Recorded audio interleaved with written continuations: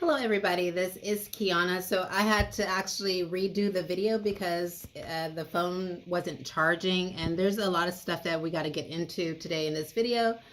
I'm not going to be talking about anything specific. This is going to be just kind of like a story time, and I just kind of like want to go into my time at Direct Provision. It's just, helping me to heal from what I have experienced there, and the trauma that I faced, and the people who backstabbed me there at the Kinsale Road Accommodation Center. So, for starters, I want to start by saying I was so again. This is not going to be a video that is everything is structured. I'm going to be talking about a lot of different things. I don't have a script, so this is just kind of like a story time. But I want to begin by saying, start with my relationship with a man named Zulfikar. So Zulfikar Othman was his name, and he was a man from Syria, and he was a guy that I had met at the Balseskin Reception Center. He and I were friends for like 6 months, and we hung out a lot. And he went. So how I met him was, he and I kind of like locked eyes in the dining room or the dining area, and I was walking outside, and he walked up behind me, and he had said, "Hey, can I have your number?" And I didn't give him a number. I felt uncomfortable because like there was a lot of people around, and I said no. And then I really liked him, so I went to knock on his door, and I was like, "Yeah, I'll give you my number." And from there, like, we just kind of like started to hang out, and I really thought that Zulfikar, compared to the group of people that he was hanging out with, seemed a bit more mature, because of course there was a lot of immaturity there in Direct Provision. Like, a lot of the men were so immature. That's not to cast aspersions and to say that all men are immature, but just so happens that there was a lot of immaturity with the men in this particular Direct Provision Center. And again, I really cared about Zulfikar because we had developed a friendship, and he had told me, like, you know what, he said that he wasn't religious, and that, we had a conversation, and he said I came across as more like conservative than like he thought, and which I'm not a conservative person. I'm a reserved person, but not conservative. And he seemed wild but mature, like he was a fun person. So what I mean by wild is, like, one time it was snowing, and I think it was the first time like it had snowed in Ireland for the both of us, and it had snowed, and we had went outside, and we did like snowball fights, and it was just so fun, like, and I remember like I had knelt down because his friend had hit me with a snowball, and I had knelt down, and because I wanted to get his friend back with the snowball, and I had knelt down in a ball.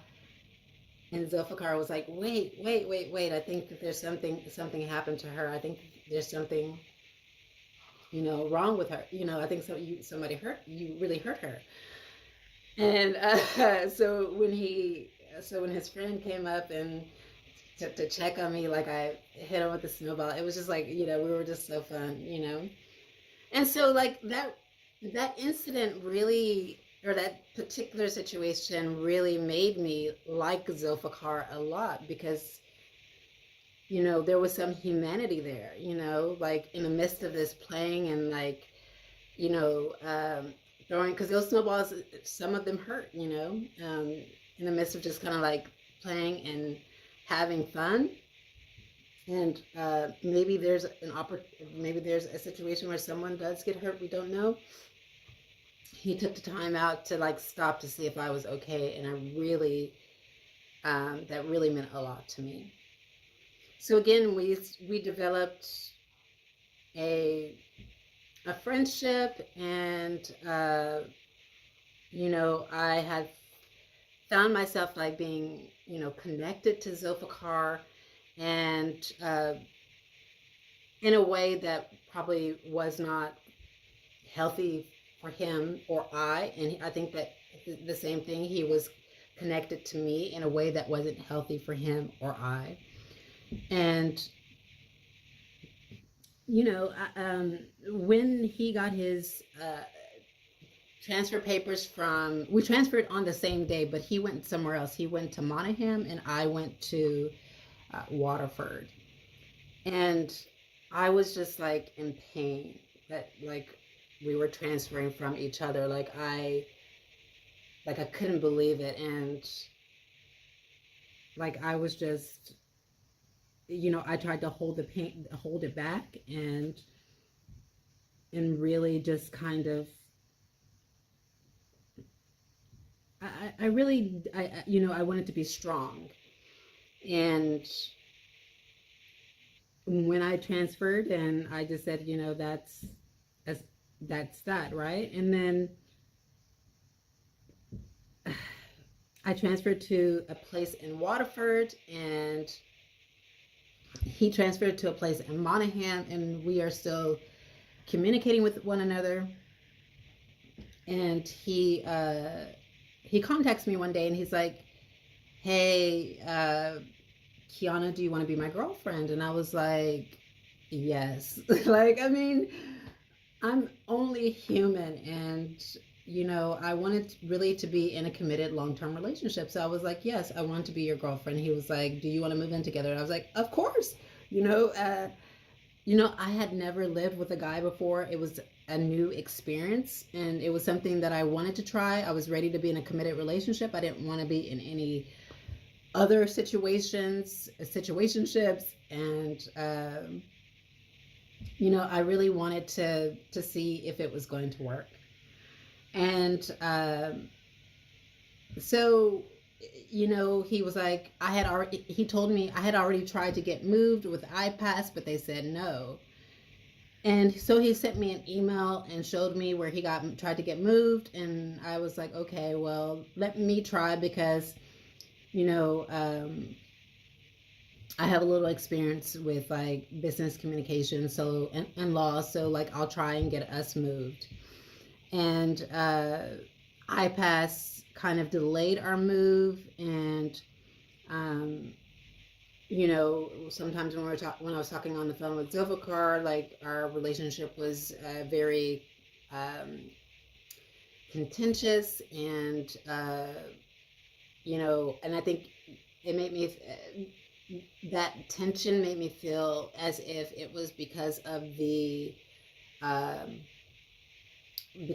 us being apart. And of course, like he was wanting to know like why we weren't being moved, and you know, he was influencing, so I won't say he was influencing me, but he was persuading me and to contact iPass, and I was like, okay, let me contact iPass, let me write them again.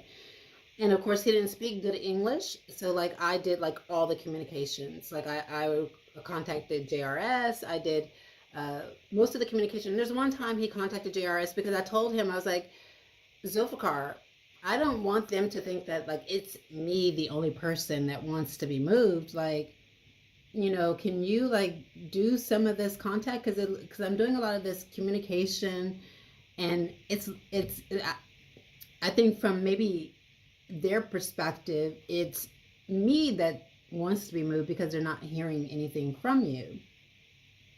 And so, you know, a lot of my correspondences were like professional. They were on a letterhead, and Zulfikar did contact JRS, I think, on one occasion.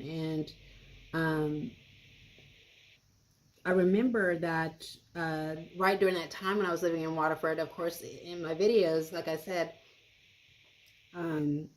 there was a man and I forget his name, but he was a white man. He was very frail. He was a white man. He had a gray beard, kind of like a graying beard, like missing teeth. I think some of his teeth were missing. And he always wore a white doctor's, like a lab coat. And we would have some conversations, and he would tell me about his experiences with the United States, and like some of the accounts that he had where there was some persecution that he had suffered. And, you know, I didn't really think anything of it at the beginning. So didn't think anything of it when he was first telling me these accounts, because people told me that he was eccentric. So I didn't think, you know, I just thought, you know, this was an eccentric account, right? And it was only until one day that I had went to, he was the only American there. So it was the day that I said, you know what, I want to go and, you know, he's an American, so I kind of want to talk to him. I'm American. We were the only two Americans there. I haven't talked to any Americans in direct provision. So I was like, okay, I want to find out more about like what he's going through. I want to find out more about like his experiences. And one day I went to his room and he had egg crates all on his door. And we had a conversation, and I had asked him, you know, subsequently, like why he had that on his door. And he had explained to me, of course, why. He had explained to me that, you know, he felt, of course, that the U.S. was intimidating him, and through, of course, you know, sound. And at that moment, ladies and gentlemen,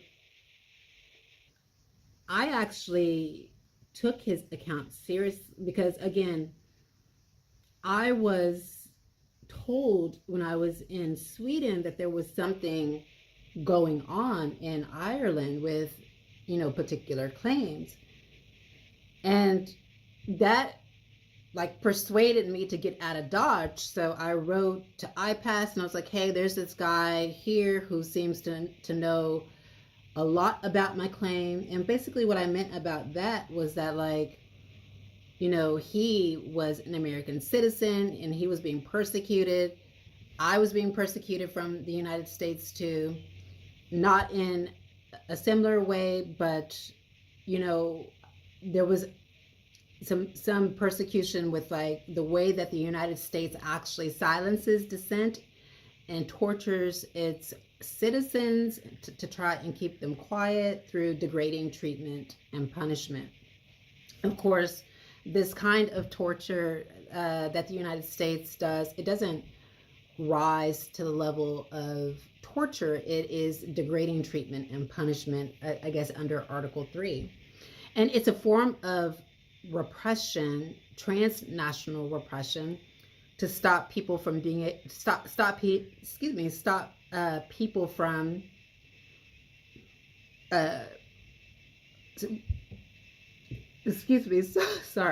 to stop people from, you know, expressing human rights violations and speaking out abroad. Because this man also, I believe, like, from what he told me was that he talked about, you know, his experiences and what he was going through. He spoke out about it. So that was like, oh my God, ding, ding, ding, ding, ding. That was like red flag, Kiana, like danger, danger, danger, danger. Like that's what went off in my mind. So immediately, of course, now there's a few situations that are, you know, together. One is that I'm in a city that I don't want to be in. It's boring as can be. Two, I have an opportunity to move with a man who I really liked and really wanted to start a long-term relationship with and really wanted to build a life with. And he is asking me to do that.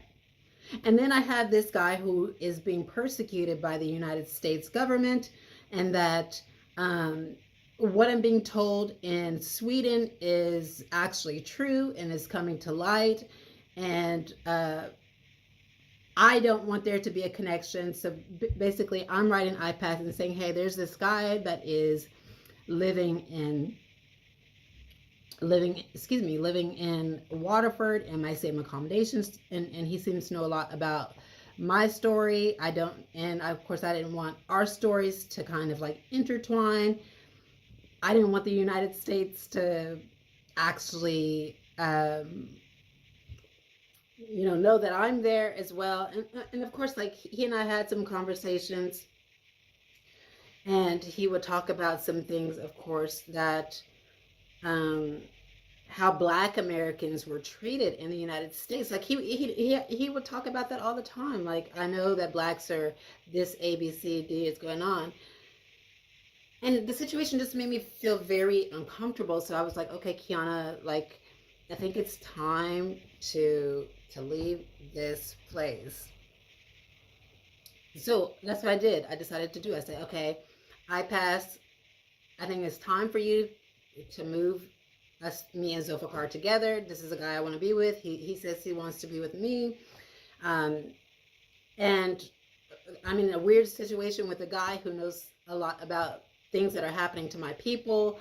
And this is a situation where this guy is being persecuted as well, and telling me that he has had some situations with law enforcement. And I don't want to be in the same accommodation center as this guy. Like, if they are oppressing him, then I don't want to be oppressed either. And after that situation, so I'm going to kind of go back to like this point, but let me jump ahead and tell you that, after I learned that what was happening was transnational repression, what the United States did was in Ireland, they granted that man a convention refugee status, I think.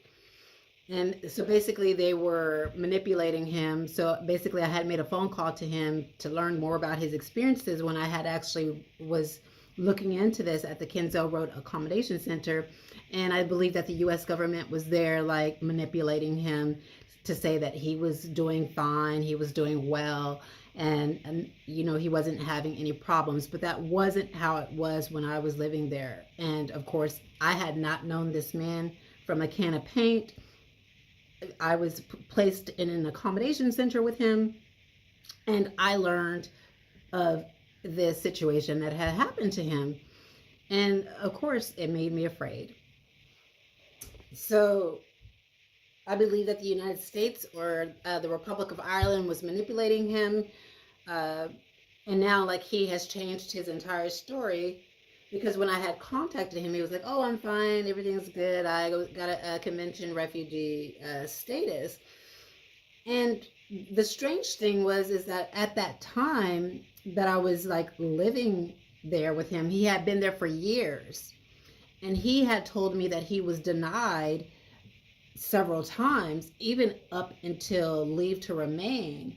So it's quite weird. I think that the United States, what they did was they took this man under their belt so that they could actually throw all of the blame and persecution on me, is what I believe. Because I was actually the person that didn't let them, throw me into this, this phase of psychosis that the United States and the Republic of Ireland are doing to American citizens who file asylum against the United States. So Zulfikar, let's go back to what I'm talking about, the relationship. So Zulfikar and I, we moved together in the same house, and it was in County Mayo. And it was a small county, small town, and Zulfikar immediately didn't like it. He didn't want to be there. He didn't think that there were any business opportunities there. And he was like, we need to move again. We need to get moved again. And I was like, dude, no, like, we can't move again, because like, he didn't know what I was going through. Like, I was very stressed out with trying to get us moved. And like it took a lot because I had to write iPass. I was, predominantly the only one that was communicating with iPass. He communicated one time, and I was like, you have to, because of course he didn't know English, and of course he didn't, you know, I guess he didn't have experience with writing like communications to businesses in English. And of course, I volunteered and I did that. And he communicated, I think, once to JRS. But, oh, and then he also communicated actually to iPass once too. But I did like most of the communication, and it was a very stressful time for me. And I was like, Zulfikar, no, like, there's, why, like, we just got here. Like, immediately he didn't want to be there. And he was like, can you ask your, your counselor? Because like I had a counselor at Direct Provision who I was still talking to. And basically we were just talking about things in my life. So it wasn't a psychiatrist. It wasn't a medical doctor. She was just a counselor who was just helping me understand like my relationships. And Zulfikar was like, ask her to get us moved again. And I was like, dude, no, like, I don't want to like violate her trust. So absolutely not. And he was like, okay, well, I'm going to try and get moved on my own. And he and I, we had like, our relationship was tumultuous. Like it was like up and down, hot and cold, up and down, hot and cold, hot and cold. And it was a situation that made me feel uncomfortable. And,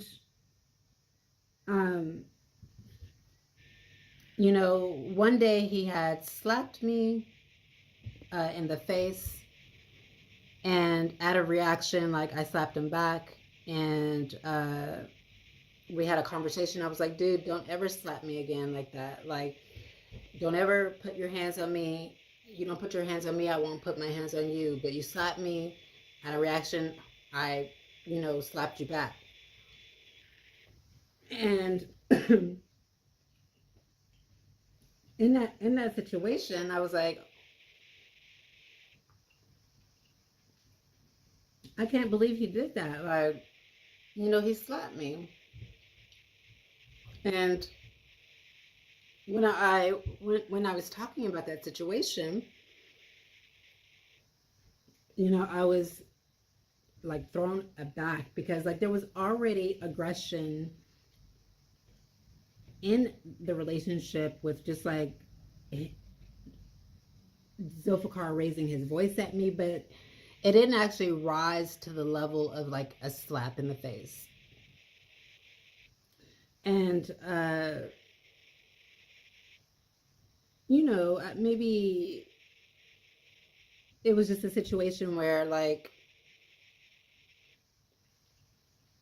like I said, it was a situation that made me feel uncomfortable because I didn't want to be in a relationship where, it was abusive. And that was one thing that I had actually told him before. It's like, I didn't, in our communications, like, I don't want to be in a abusive relationship. Like, I don't want to be in a relationship where there's domestic violence, where, you're putting your hands on me or I'm putting my hands on you. Don't slap any part of my body. I won't slap any part of your body. And I don't even care if it's like you're slapping me like this. Like, don't slap me like this and I won't slap you like that. And he told me that I won't get into that situation, but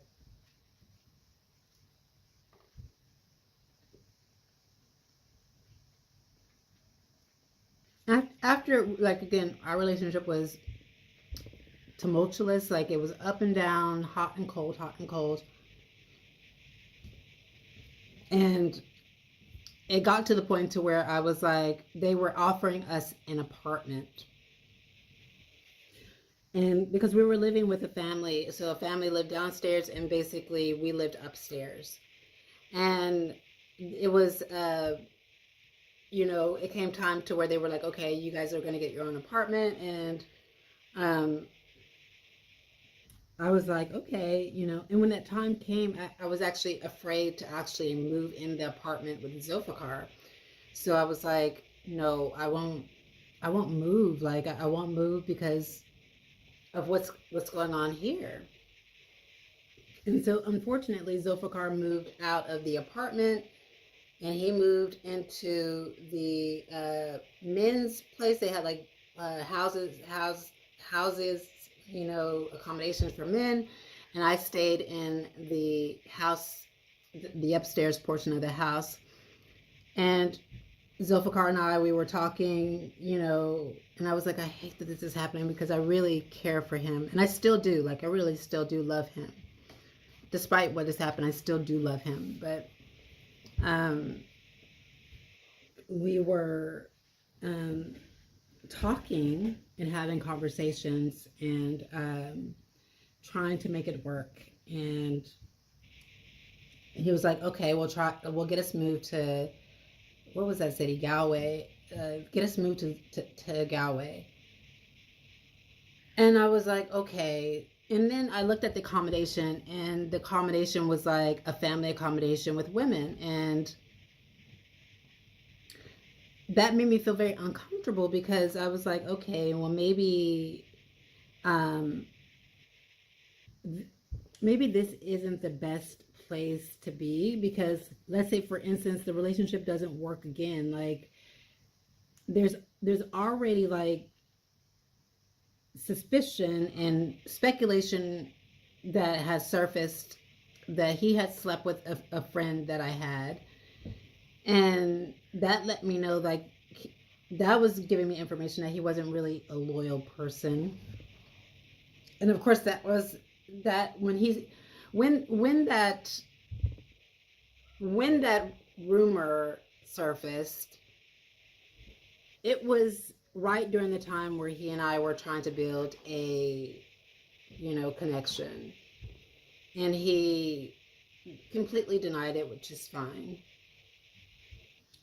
But anyway, so I felt uncomfortable. I was like, okay, Kiana, if you move to this new place with Zulfikar and you are in an all-female place where there's women and then there's families, and this guy leaves you, you are going to be the talk of the town, and it's going to be so embarrassing for you. So I was like, no, wait a minute.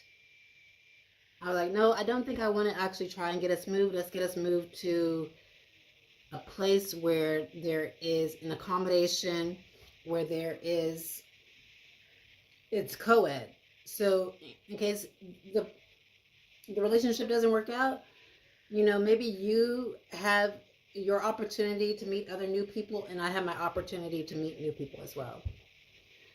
And of course, that didn't work. We just didn't work out, and we just kept having like problems, and it was just a really sad story. Like, it was a very sad situation. And like, I remember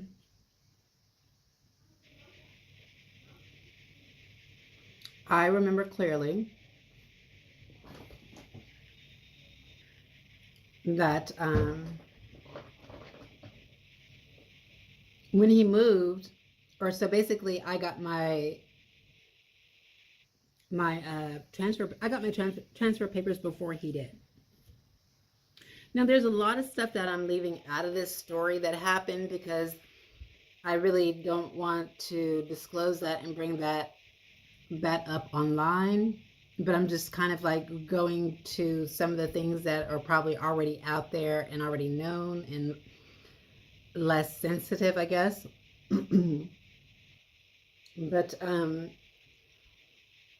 when he decided to move. I mean, when I got my transfer papers, he put in for a transfer. We both put in for transfers at the same time. I got mine first, my transfer first. And when we learned about it, I think we both just regretted it, and we both didn't know what to do. And tears came to his face, and they came to mine as well. Like, I was just heartbroken that had happened. And it was a painful situation. Like, I just, it was a pain I didn't want to ever feel again. So, oh my God, okay, okay. So in that situation, he went his separate way and I went my separate way. And, when I went to the Kinsale Road Accommodation Center, like, I was still in pain over that relationship. I couldn't believe what had happened, right? And, oh my God, oof.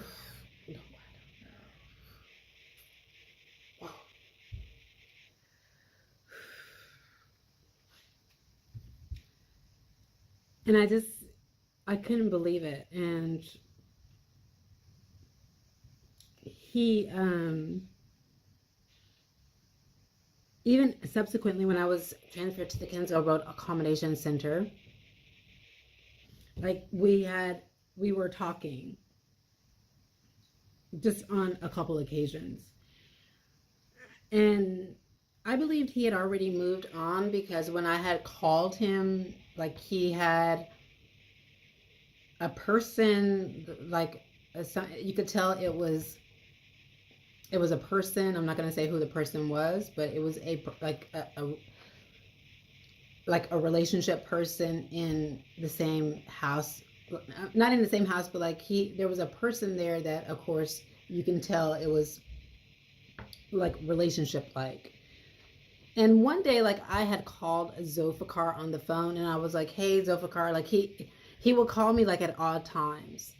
And like, one day he had went and got pizza for him and this person, which was not, he was living with a roommate at the time, but it was not his roommate. I forget what his roommate's name was. I think it was like Fozzie or something. I can't remember, but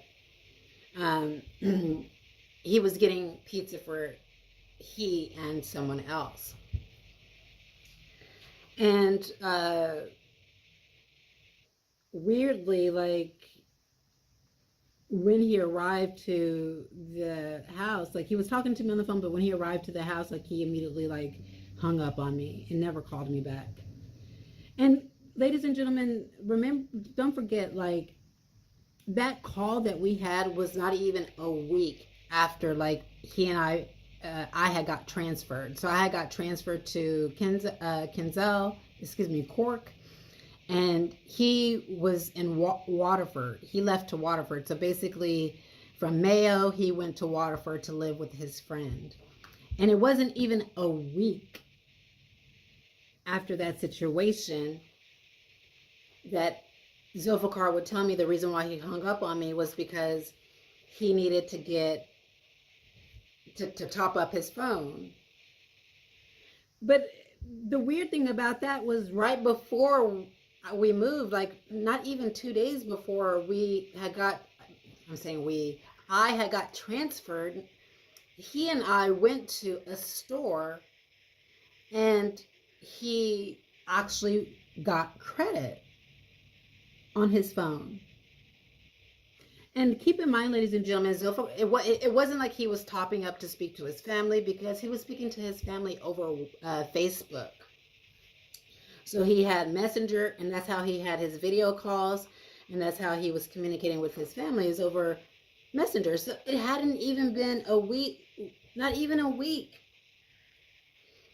And he's saying that he needed to top up his phone. That's the reason why he hung up in my face. And a lot of stuff happened after that situation that I won't get into. But this was a very heartbreaking situation for me. And I done something that I probably should not have done, but I done it. This is what I did. I wrote a letter, not a letter, but I contacted, which I thought was a mutual friend. I thought he had a friend named Koteba. And I was under the assumption, Koteba was from Syria. I was under the assumption that Koteba and I were friends as well. And so I contacted Koteba, and despite what anybody says, like, you know, my sister and other people, they don't believe me when I say, and I don't care, because there's always like people that are critical of your place and your intention. But when I contacted Koteba, I told Koteba, I was like, Koteba, this is what Zulfikar did to me. You know, maybe you should watch out for him. And, you know, because I think that your case is, you know, in jeopardy because of this man. And, you know, you need to watch out for him because he was saying bad things about you. And, and I was saying that in his best interest.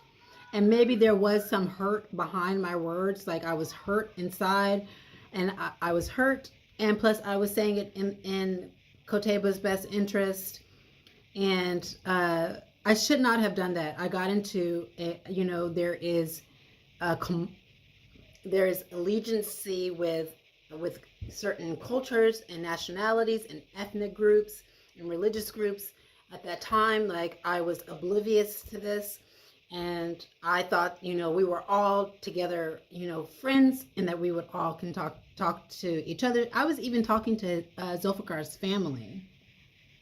So like I was talking to Zulfikar's mom and like his brothers and his sisters. Like I felt like, you know, I was actually in the family. And so when Zulfikar and we had problems, like I would contact, you know, his family. And of course, I only contacted his family once. They didn't contact me back. So again, that situation, I think, was because when I wrote to Koteba, like I don't listen. When I wrote to him, there was some pain behind my words that I was feeling, and there was an essence of me trying to look out for Koteba's best interest. And hindsight 2020, you know, when I look at it, when I look back at the situation in hindsight, I think what I was trying to do was tell Koteba, like my intuition was telling me that maybe Zulfikar was not actually, I want to say, maybe Zulfikar was placed there by maybe the U.S. I don't know. So this is not conspiracy theory. I don't know. But maybe Zulfikar was placed there by the U.S. to try and undermine my asylum claim. Because listen, I have made some serious allegations against the United States. And what better way to undermine my allegations of like experiencing violence at the hands of police than to place me in a situation where I'm experiencing violence at the hands of a man in direct provision, and then, you know, being okay with it, right? Because, you know, sometimes we have Stockholm Syndrome, right? For people who we really care about. And I can say to a certain degree that I did have that for Zulfikar because I really cared about him a lot. But I think when I look back on it, like I felt that Zulfikar was trying to undermine my asylum case. And I contacted Koteba and I was like, you know, be careful because this guy could be trying to undermine your asylum case too. Like just some of the things that the way that he behaved when we were in the house made me feel as if that was the goal. Again, I don't know. Like, I'm not going to say that this is 100% sure. And